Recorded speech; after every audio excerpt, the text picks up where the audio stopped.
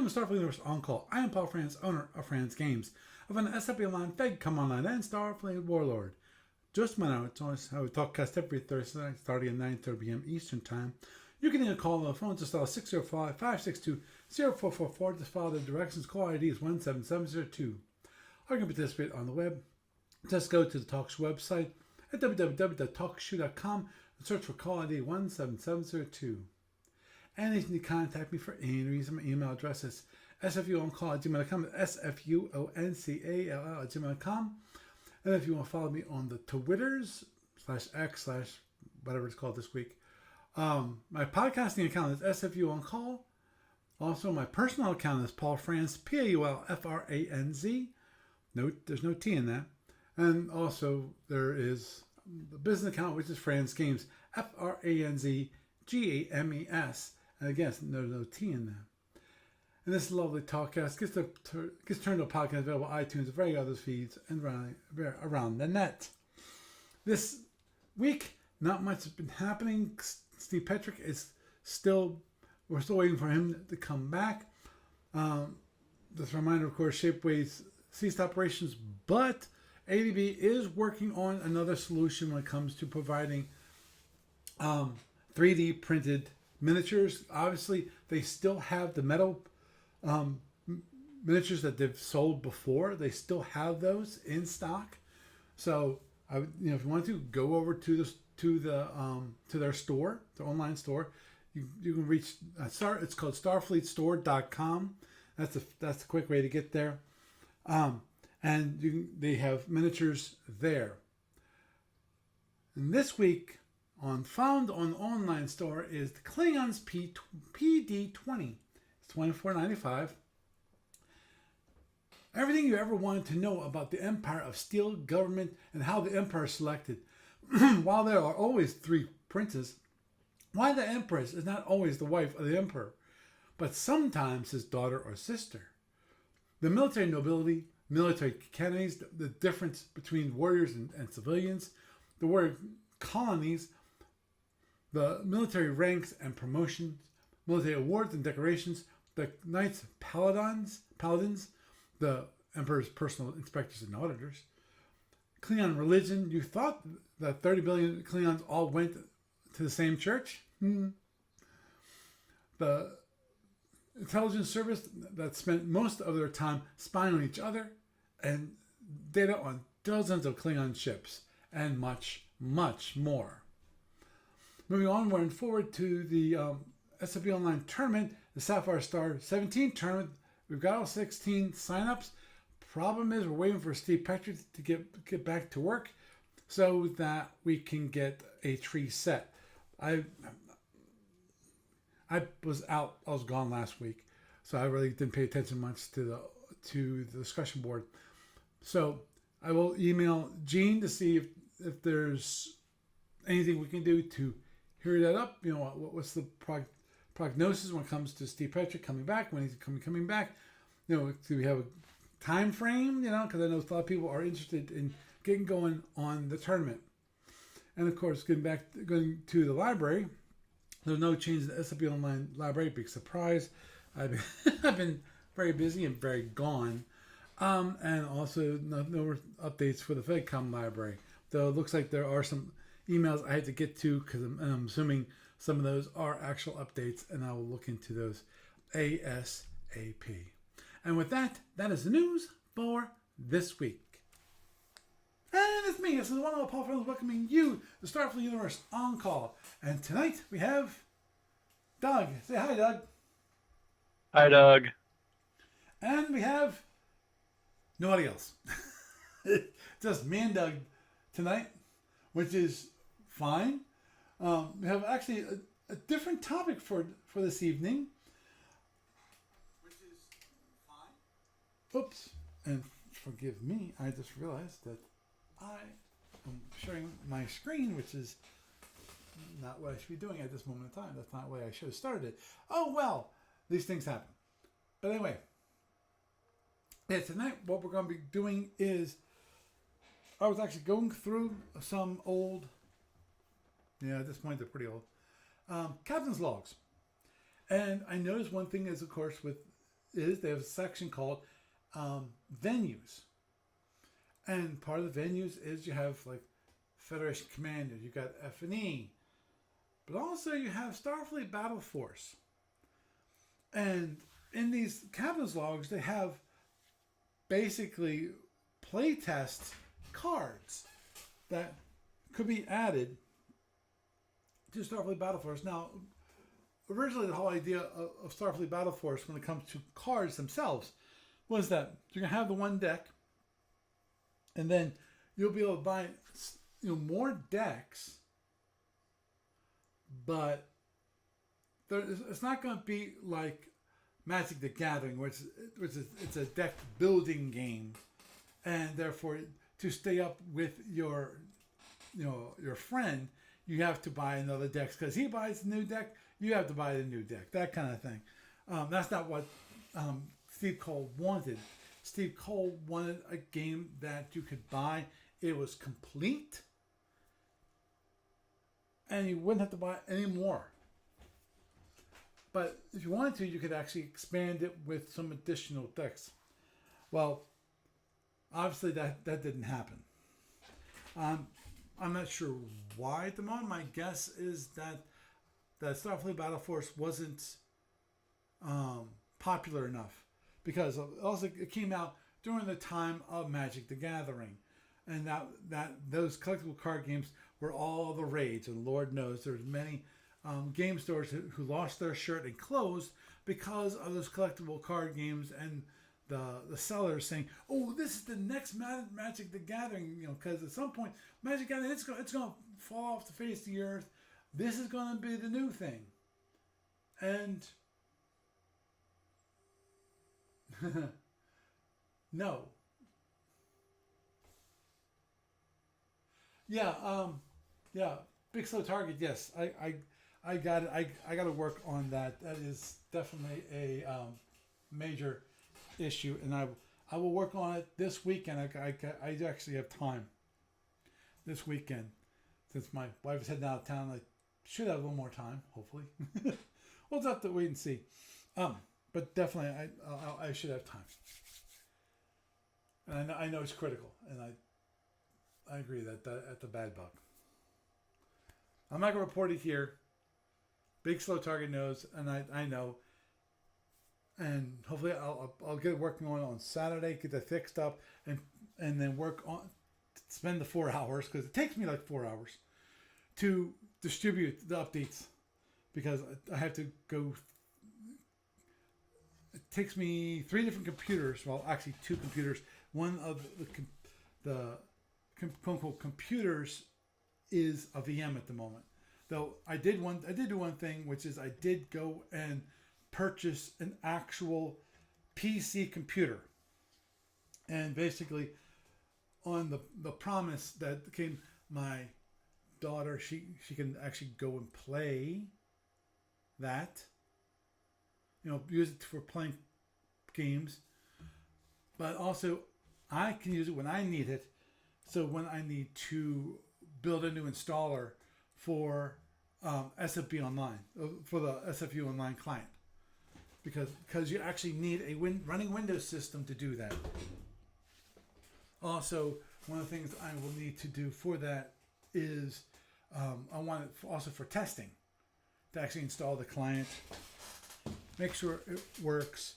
I'm not sure if the one thing I definitely need to keep an eye on, which is, it seems like invariably what happens is that Microsoft says, "Oh, your website is just so small. There aren't that many people that actually visit your website." There might be, what? If I'm lucky, 100 hits a day. That kind of small. So they think that I might be a malicious website, even though it's a website that the domain has existed and has not changed hands, and they should be able to check the records for that, just because I'm pretty sure that there is a website or somebody who actually keeps a track of DNS, when it comes to registrars and who owns what and so forth. Though these days the problem is a lot of those are private. When it comes to, if you look at the public records, it's private, so they don't know who owns them. But anyway, the domain has existed forever. For a long, long time. I can actually, let me see if I can.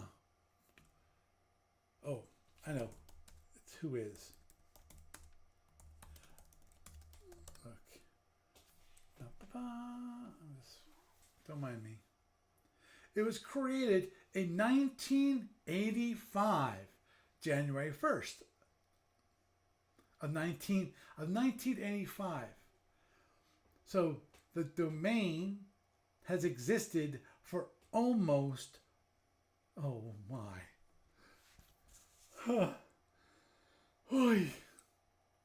I'm sorry.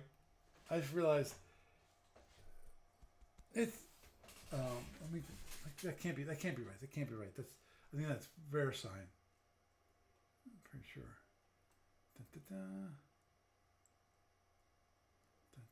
SFU Online. Oh, there it is. Creation date. That's better. I was wondering. No, it can't be that old. Here it is. Creation date of SFU Online record is 1999, March 5th.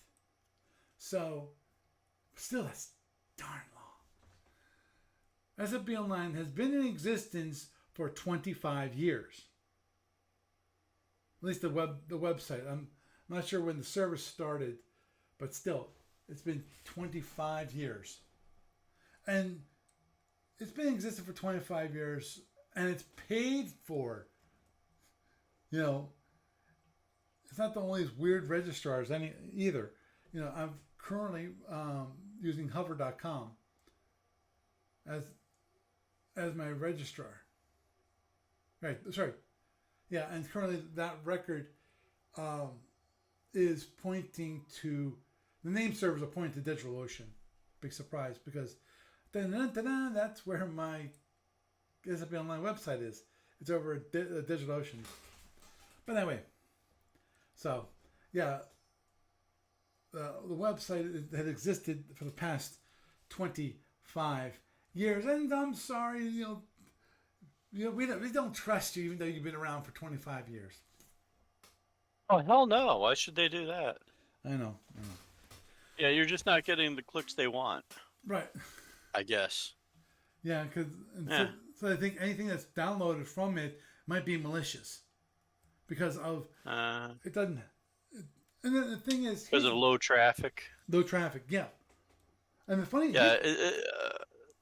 So basically, they favor the high traffic malicious bug people. Mm-hmm. Got it. And here's the funny part, from my understanding. Okay. And that is, I follow this guy. I listen to this podcast called Security Now, and this one guy, Steve Gibson. He actually, he does everything right. He signs his application. He does everything. And still, with all the money and all the effort he puts forward to have it so it's signed properly, it's actually an extended validation certificate. None of that stuff means anything anymore. If it's signed or unsigned, it doesn't matter anymore. Microsoft, it seems like when it comes to Microsoft, all they care about at this point is reputation. How many people are using that piece of software?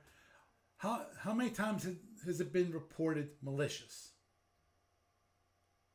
Or or not malicious, So it's crazy. Anyhow, getting back to what the topic is for tonight, which is what we're going to do is we're going to go through this, in this case, like 6 different captain's logs, and we're going to go over the Starfleet Battle Force cards for the 6 captain's logs. Now, obviously, there are a lot more captain's logs than 6. There are And I might do this again next week.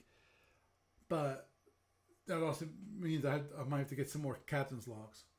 Because I just bought 3 more new ones just today, so I actually could get the cards, so I could show it to people. And I'm not sure if Russ, heck, for I know, Russ might actually have all the captain's logs either scanned in or already bought the electronic versions and could send me all the Starfleet Battle Force cards, which would be fine as it is. I truly do want to replace all of my physical copies of my captain's logs because I actually gave them away.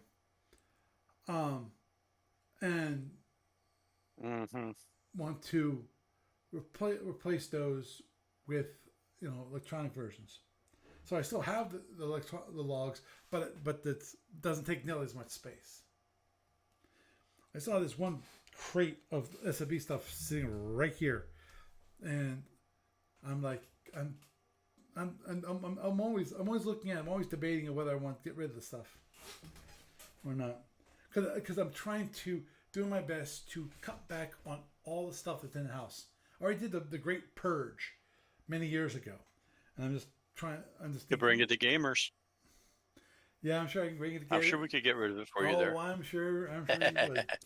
And well, that's why I got to look at it to see, do I want to get rid of this stuff or not.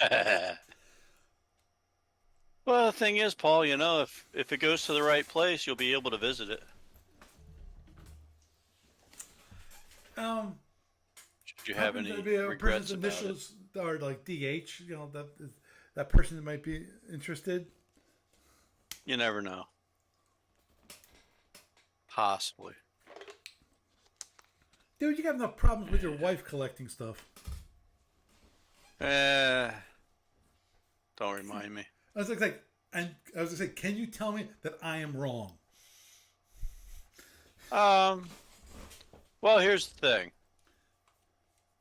No. Exactly. Okay. But on the other hand, you would know exactly where it's at if it's in my hands. That is true. If it's in her hands, it could be anywhere. If it's in my hands, it's on that shelf right over there, and you can see it. Yes. And pull it off and use it and put it back. Yes. So true. Yeah, that is true. I actually know where it is. I know that we could find it if we needed it. Okay. As long as I've unboxed the thing, I know where it's at. Mm-hmm. Yeah. So there you go. Cool. So what we're going to start with is actually, just because it's the closest one that I have up, which is Captain's Log number 41. And here's some of the new cards that were brought up.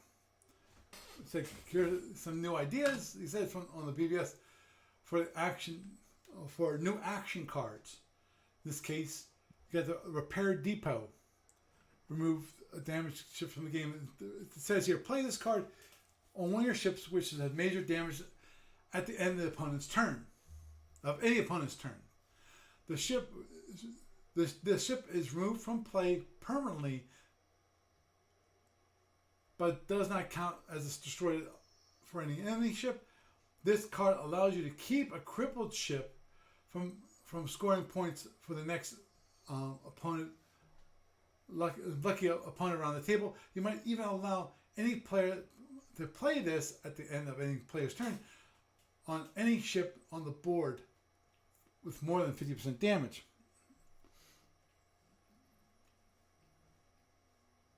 Now, earlier you mentioned did you say something to the effect of you weren't sure why this didn't catch on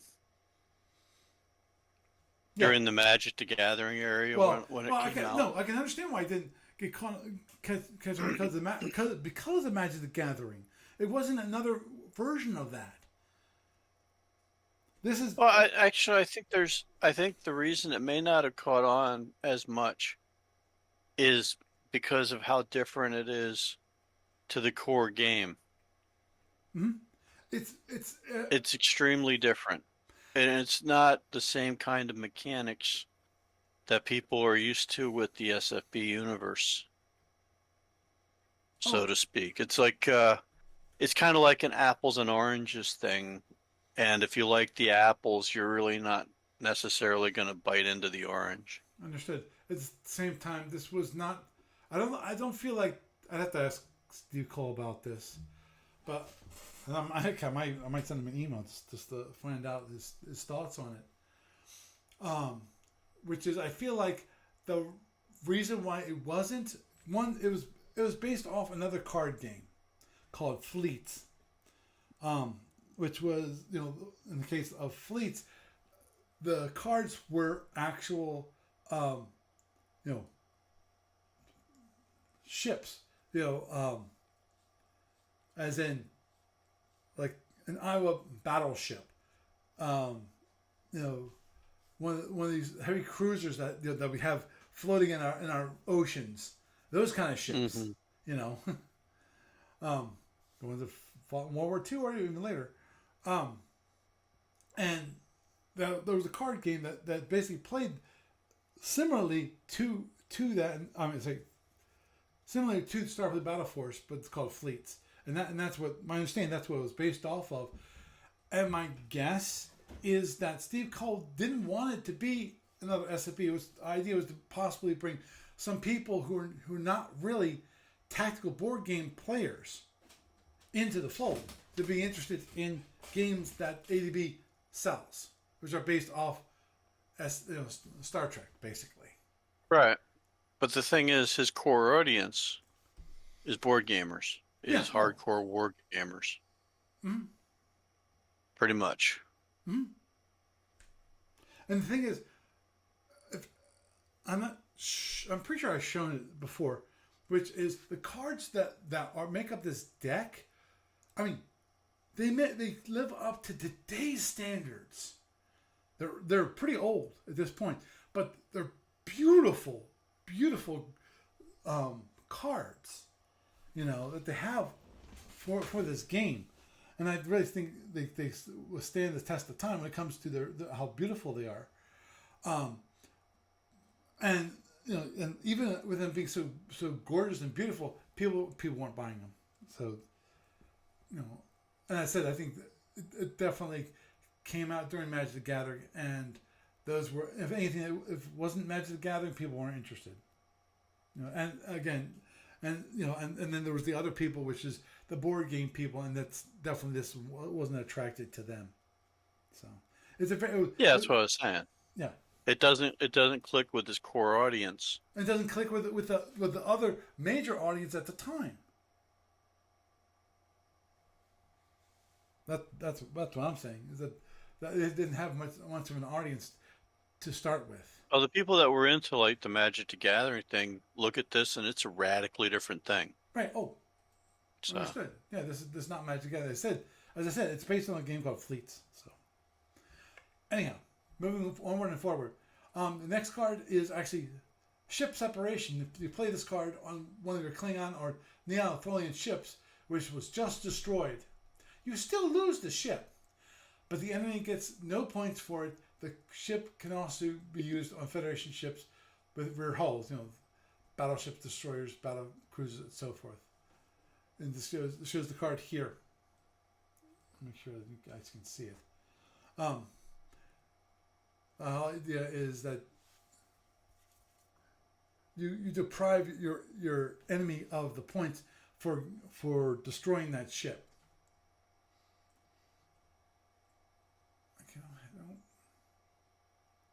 I'll have the card here, but they have a description of it, which is experimental weapon.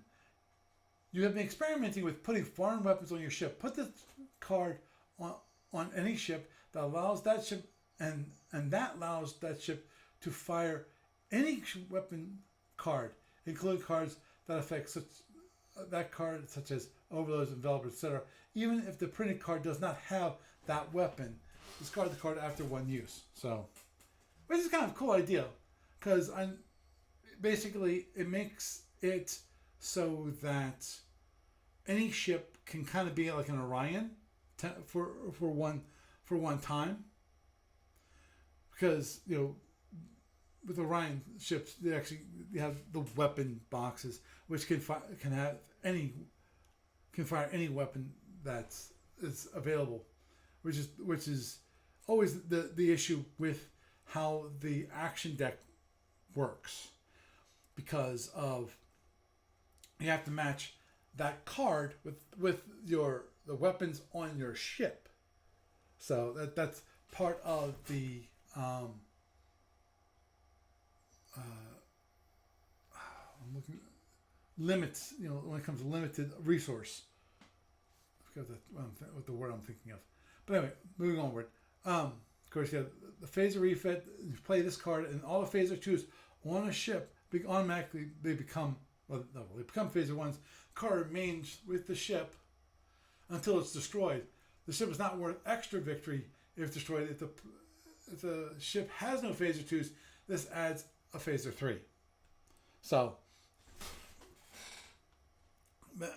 obviously, big surprise. They show what? A Klingon for a phaser refit, for this kind of phaser refit, because Klingons are the only ones that actually had phaser 2s. Now, actually, that would be interesting because, that's one thing, that there is no Andromedan cards.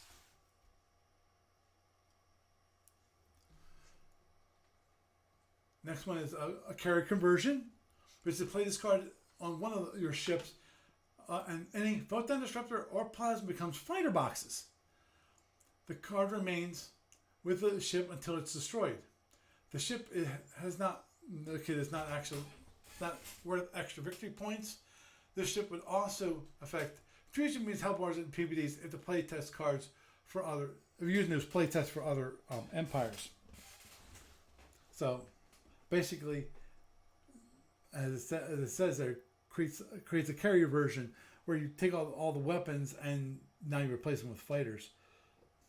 So you can use them even more often. And then we have, and this is an interesting one, which is add a weapon.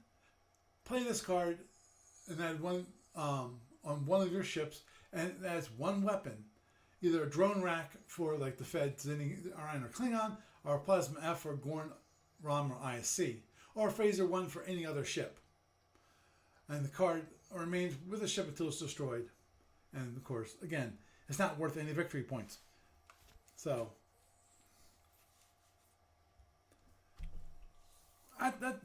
that's kind of an interesting one in that it gives you more weapons for that ship, and therefore you can actually, given if you have the cards, of course, you can actually do more damage against the ship that you're firing against. Really? Sorry. My one cat keeps on chewing on things. In this case, he's decided to chew on the backpack. Anyhow. Don't mind me. There it is. Actually, I wanted to start with this one. Catalog number 33. It's actually really simple one. Standard playtest stuff, which is basically the wind cluster. These are a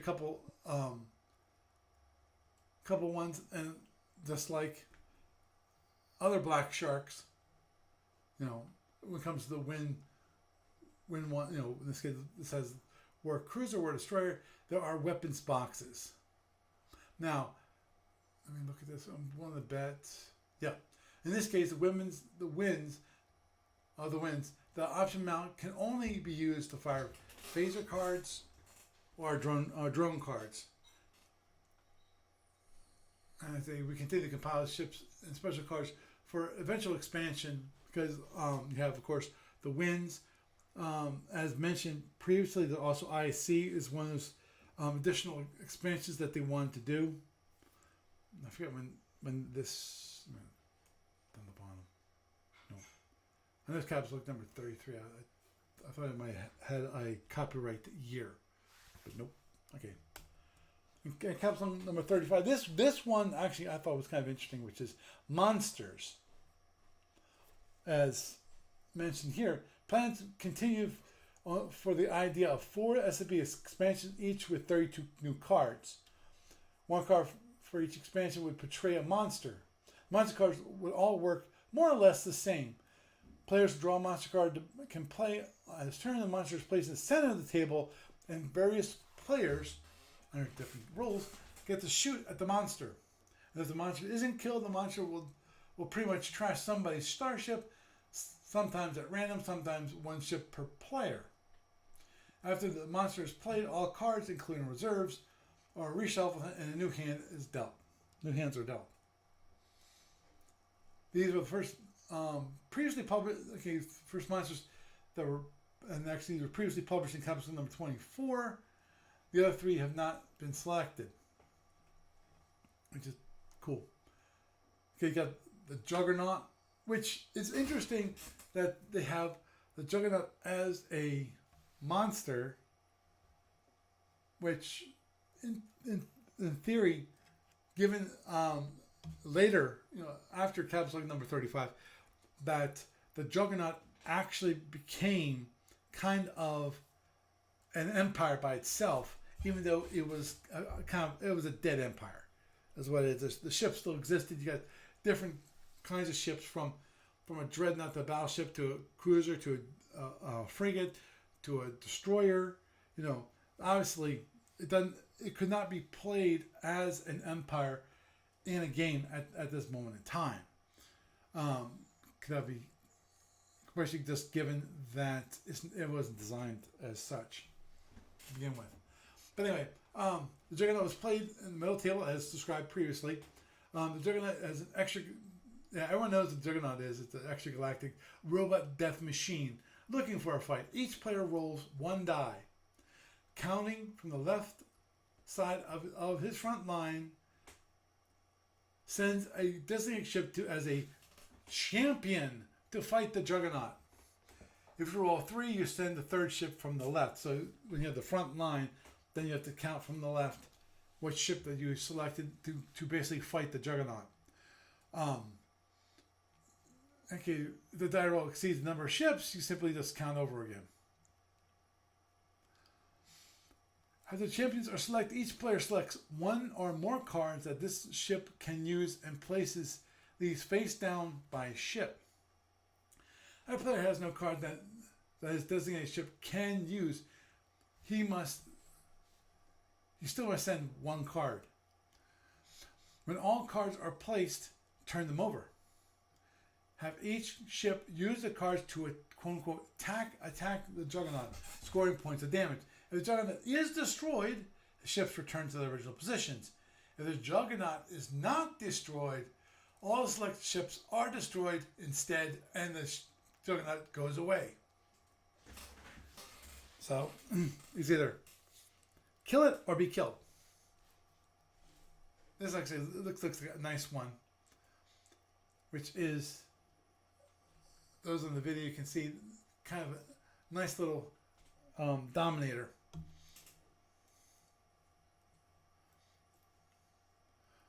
Of course, again, you place them on the table. The Dominator will attack everyone if not destroyed. Each player, starting after the player who played it, conducts 1 attack using whatever cards he has without drawing new ones. All attacks are played face down and revealed together. So, you won't know if you're wasting your fire on an overkilled monster. Cool. Half the damage is cancelled by the power absorbers. If the Dominator is destroyed, players reshuffle action cards, including the reserved ones, and deal each player 5 new ones. Player proceeds then from the player after you actually played the card.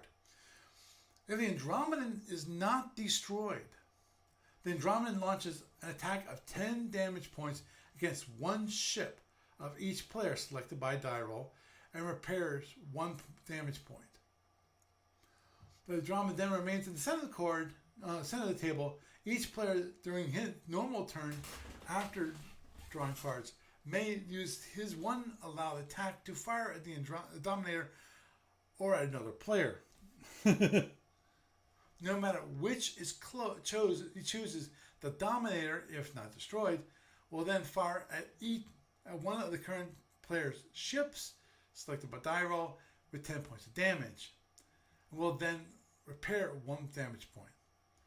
When the Dominator is eventually destroyed, it's simply placed in the discard pile, do not reshuffle or redeal. So, to say the very least, I think that's a pretty nasty one. Where if you don't kill it, it stays until you do kill it. And it will keep on attacking you. This is not... originally when I first read the beginning of rules, I thought it was going to be like every turn, okay, we stop and we redo what the first turn did. No. After that initial round, then you go to the next player who had just been attacked and went, okay, now it's your turn. Now you got a choice.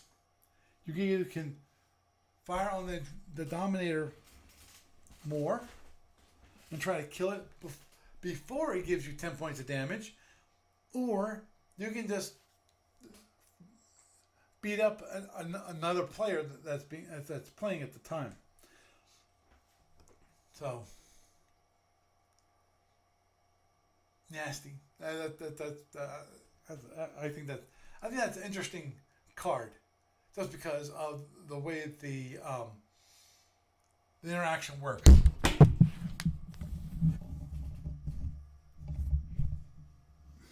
That's weird.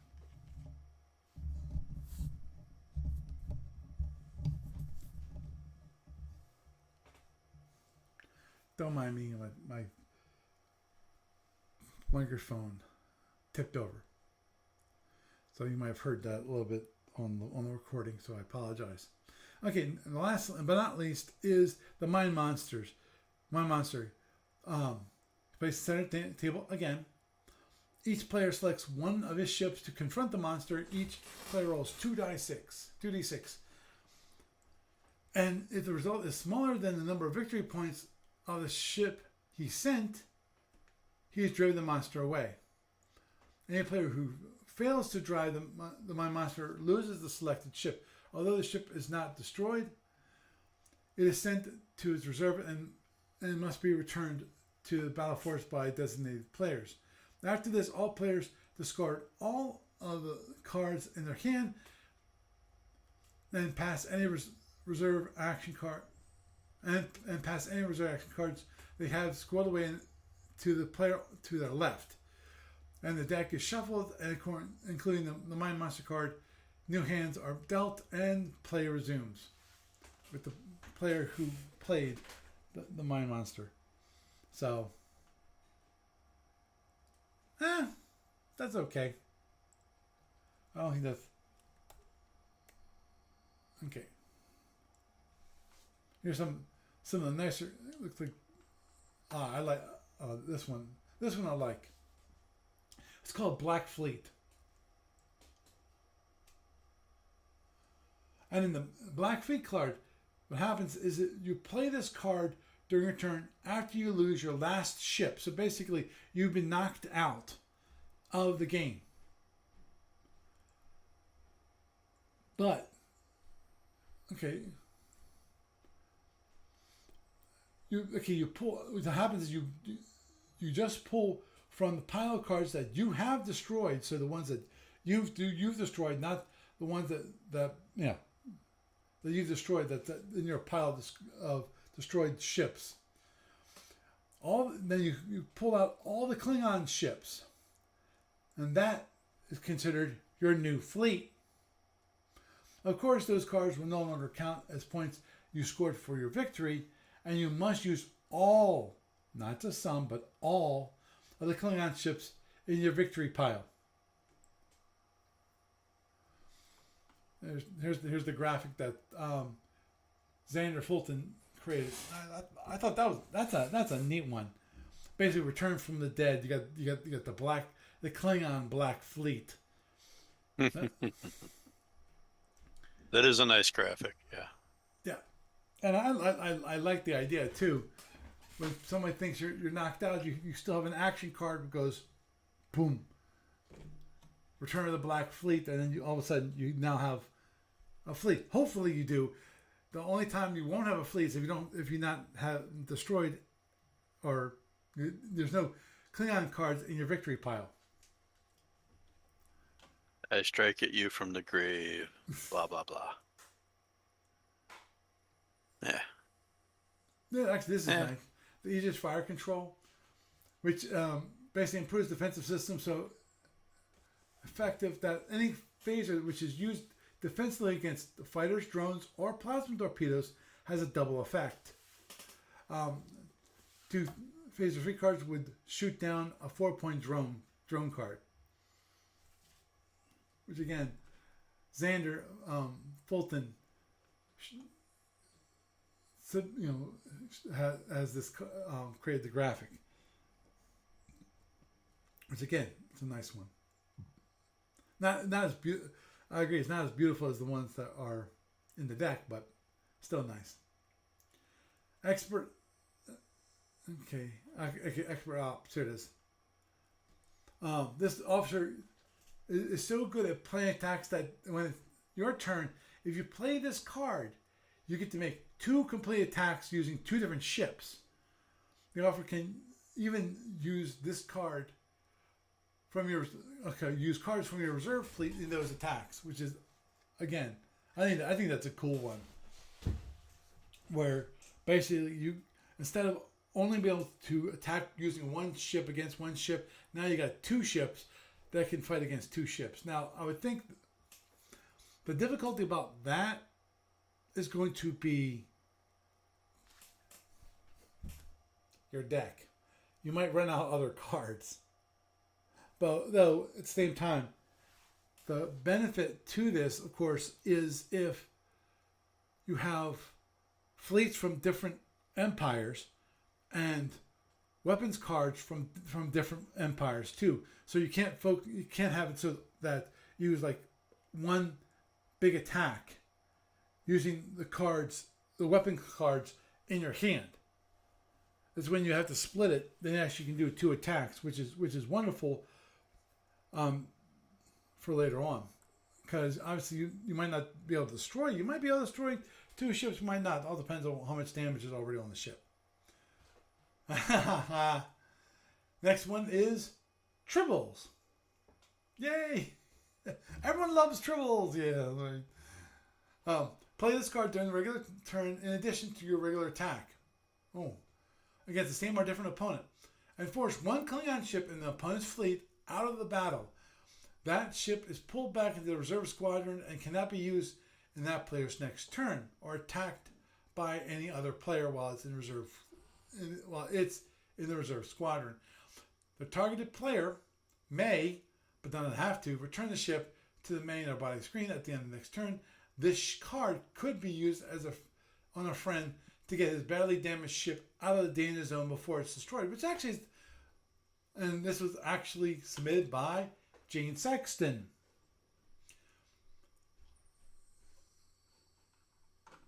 The art was by Adam Turner, and I've actually seen this art before. And I agree. I think that's a neat card, as was pointed out. It can be used both kind of offensively and defensively. For example, if you want to have it so one of your opponent's ships, like let's say a B-10, one of the large ones, you want to have it so that it might not be able to attack because it has to be part of the screen to do that. So okay, I think that's the case. I have to double check in the rules, and I apologize if I'm wrong. The next one, of course, Expert Helmsman. Play during your turn. This card allows you to make a second formation change without costing you a normal attack. Okay, that's interesting. I forget what the limitations are. Formation change.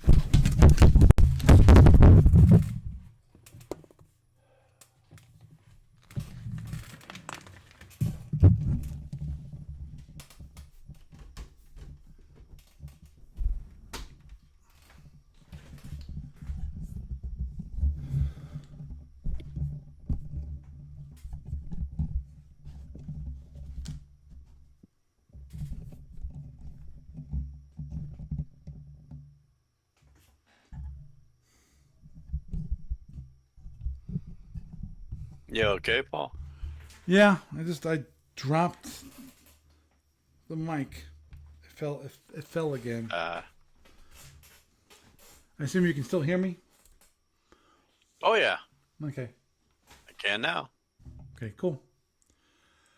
Okay, let's go into cabinet slug number 43. And this one has some really nice cards. When it comes, they look very pretty. We're gonna start with a deep attack. Big surprise.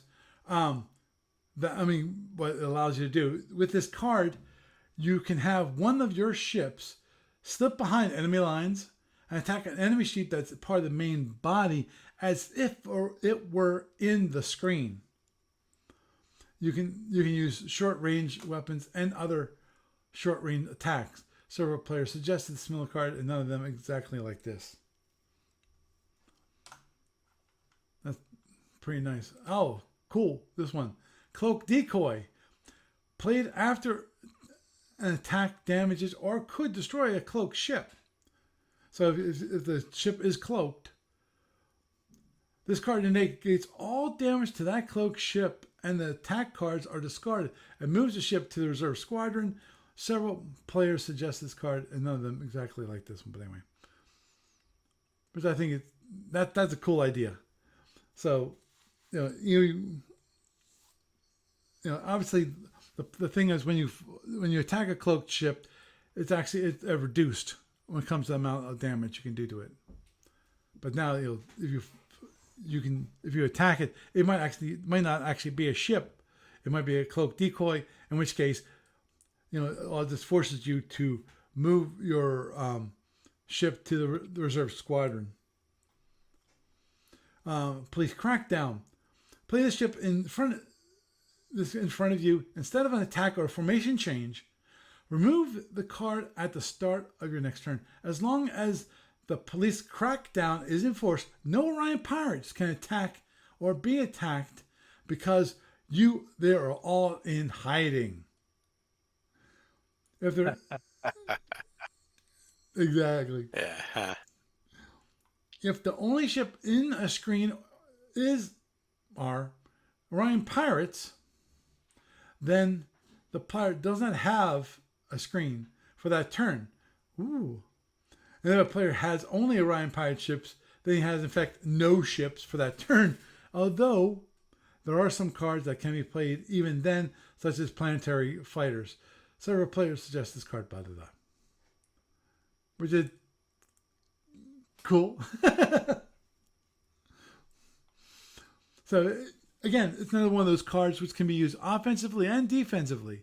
Offensively, to have it so that those beautiful Orion pirate ships, which are great when it comes to weapons, because of it can use almost every single weapon in the deck. Now you can't use those weapons, so you can't attack with those ships. But of course, also it can, in my mind, it can also be used defensively to protect any Orion ships that you have. So they cannot be attacked. So again, they can be used offensively and defensively, and I kind of like that about that card. Legendary XO, play this card when it's time to draw new cards. You can then sort through the discard pile and take whatever card you want. Oh, you're getting some kind of breakup on your voice. Okay. Give me a sec.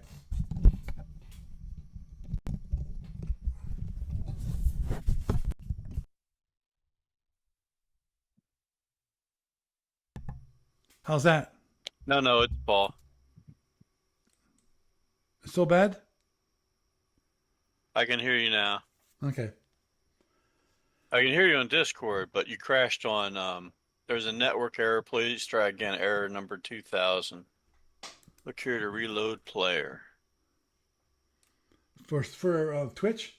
Now I see you. Okay. Yeah, it's a Twitch issue. Okay.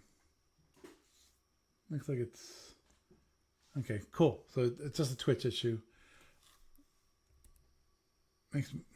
Makes me more less concerned because, as I told you, no, No, it's totally you, Paul. Don't worry about it. Yeah, no, it's Twitch. yeah. Well, I'm concerned that it's my microphone because I already told you the cat's knocked it over once. I'm No, afraid. you've had that. You've had that kind of a thing before. Mm-hmm. You mean the The glitching on noise. Twitch? Okay. Yeah, it just kind of glitched out for a moment, Okay. and then Twitch crashed, and then came back. Okay. So. Onward and forward. And you can draw place cards, but you discarded this card after picking up the new cards, which actually that's a good one because you get to select what you want out of the discard pile. Suicide Shuttle can be launched by any ship, only works at short range, so it has to be part of the screen and attacking the screen. Does 12 points of damage if not shot down by 6 points of damage. So basically it's like a drone attack. Kind of like a drone attack, yeah. Updates. In a 2-player game where each player gets 2 attacks, the expert operation offered adds a third one. The Hydrogen Dreadnought is a hybrid and cannot be escorted like it. Huh, that's interesting. That's a weird one.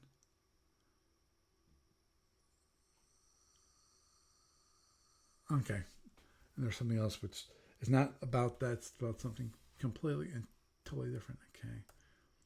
I did. Oh, here it is. This is just one which I grabbed it. I did the things I grabbed the caps logs. I don't know what actually is part of the Starfleet Battle Force. I'm sure someone can tell me that. Oh yeah, just look up. Go to the StarfleetGames.com. Go to the Master Index. Go and you can go to like the Starfleet Battle Force. It will actually show you what cards are available and what caps logs. I'm sure there's something like that. That wouldn't surprise me. In which case, forgive me for being dumb. But basically, it's showing the for those. Basically, it's from the module E3. This is the Borak. It's showing the 6 cards from it. Got a dreadnought, a heavy cruiser, battle cruiser, carrier, destroyer, and frigate, which are now the one thing it mentions here is that the Phaser C's icons can fire any Phaser 1 cards, but each icon can alternatively fire one or two Phaser 2s or Phaser 3s. So, or Phaser 2 and a Phaser 3 at the same target. So basically, the Phaser C's, you actually can fire multiple phasers from the one mount, which is cool. Now the Phaser M, the Mega Phasers, where is it? There they are. The Mega M's. Phaser can use any phaser card, but these unique weapons can also use the overload card to double the output of any phaser card.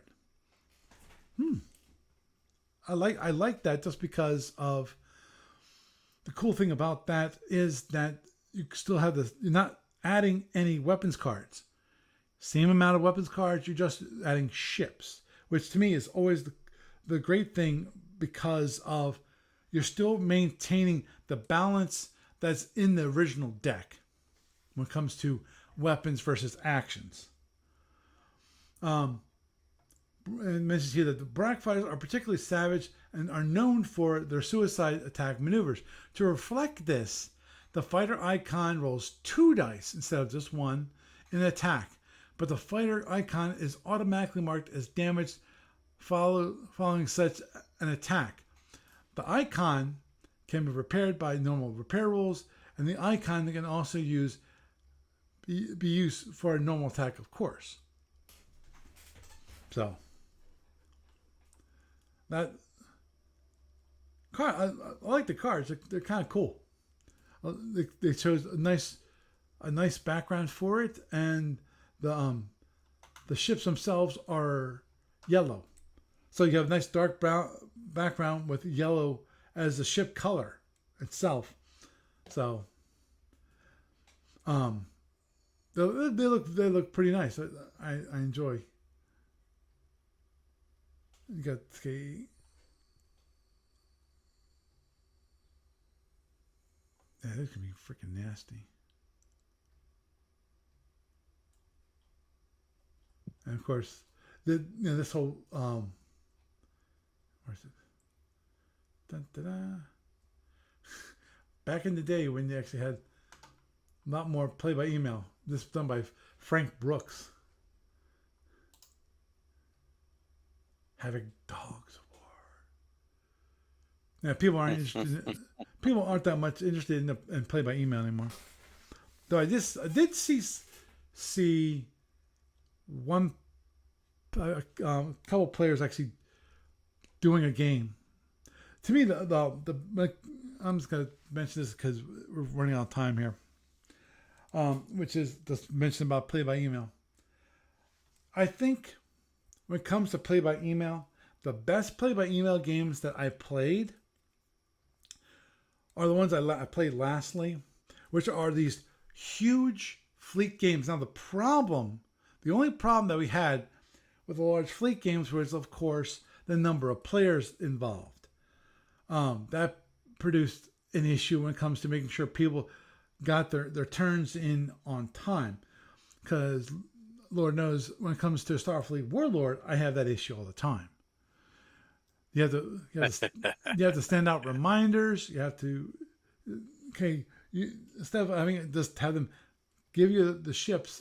I think, and some of them, I think, when it comes to Starfleet Warlord, it's just that they're used to that is their kind of reminder to get their turns done. And I'm not sure what to do about that. Because in theory, I could actually do I need to be sending out reminders before they're due? Because currently I send them out the day they're due and give them a 24-hour grace period. So basically, yeah, you shouldn't have to. No, If they want to do it, they can. We're all big, responsible adults, supposedly. Supposedly. No comment. I was about to say something which I probably will regret. Yarr. So, no, it's not about pirates. You've got cats. Try to herd them. See how that works. How about trying to herd children? That's easier. That's what you think. Anyhow, I think there's some beautiful cards here, and I think some interesting ideas for cards that we saw. I think my favorite of them all was actually this one, which is the police crackdown, which it doesn't mention it, but as was mentioned in the capital number 42 about that one card, which could be used offensively and defensively when it comes to the tribbles. This also can be used offensively and defensively, which I think is a neat card. Well, it also brings out a mental picture of like all these nasty Orion pirate ships that would any single one of them could eat a police cruiser for lunch, and they're all hiding, Right. from that one guy. Exactly. Oh, huddling in fear. Yeah, cloaked and away.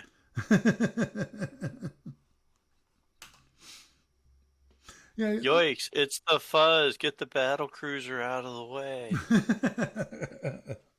Agreed. Yeah, the one here where it's the cloak decoy. I like the idea, but the issue I think is that most cloak ships usually they don't get attacked.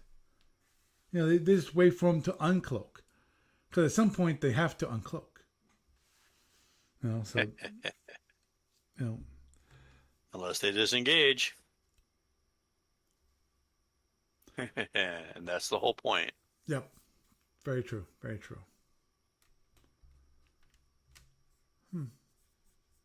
I'm not sure did they ever do this.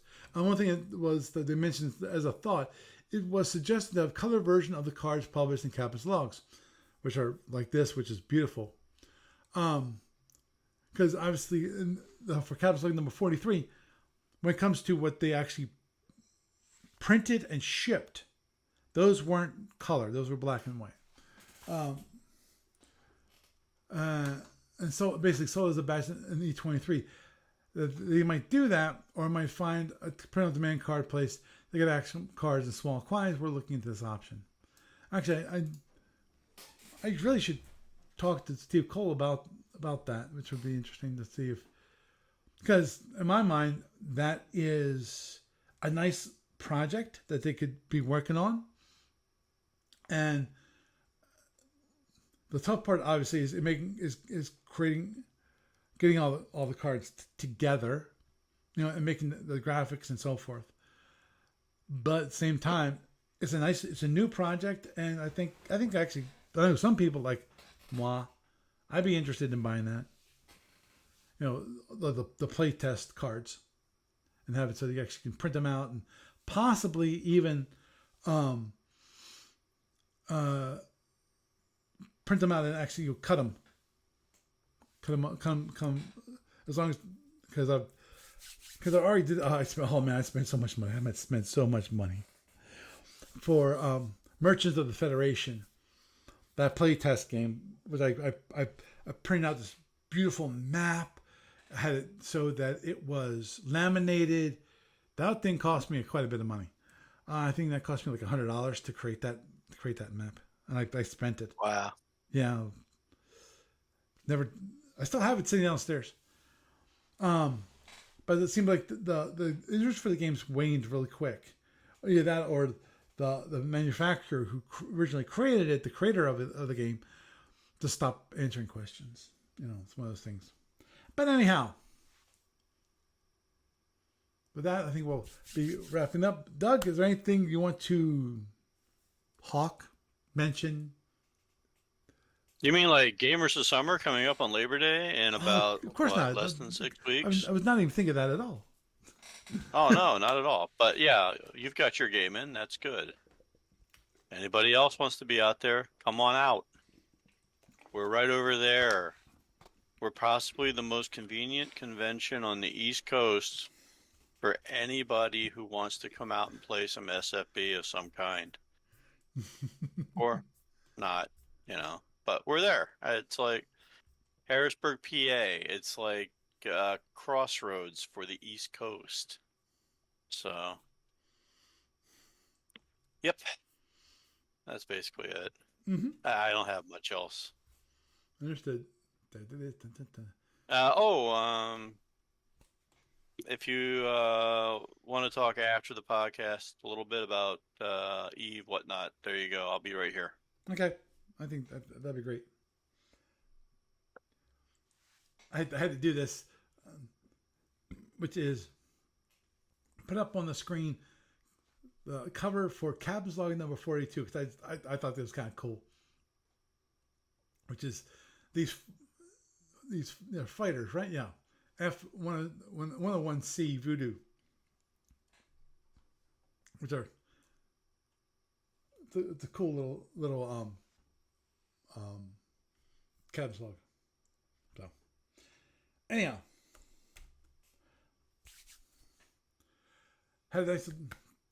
obviously we got to discuss and show some of the Starfleet Battle Force cards. Might be interested in getting some of the beautiful, beautiful decks of cards that ADB still sells and are still available. So if you want to buy a few decks, I definitely would recommend buying 2 decks, not just one. One, because with 2 decks you can play with more people, and also the great thing about that is that with 2 decks, if you lose one, you're fine, or if you lose a couple cards, you're still fine. So, with that, I am Paul Franz, and I bid you a good night.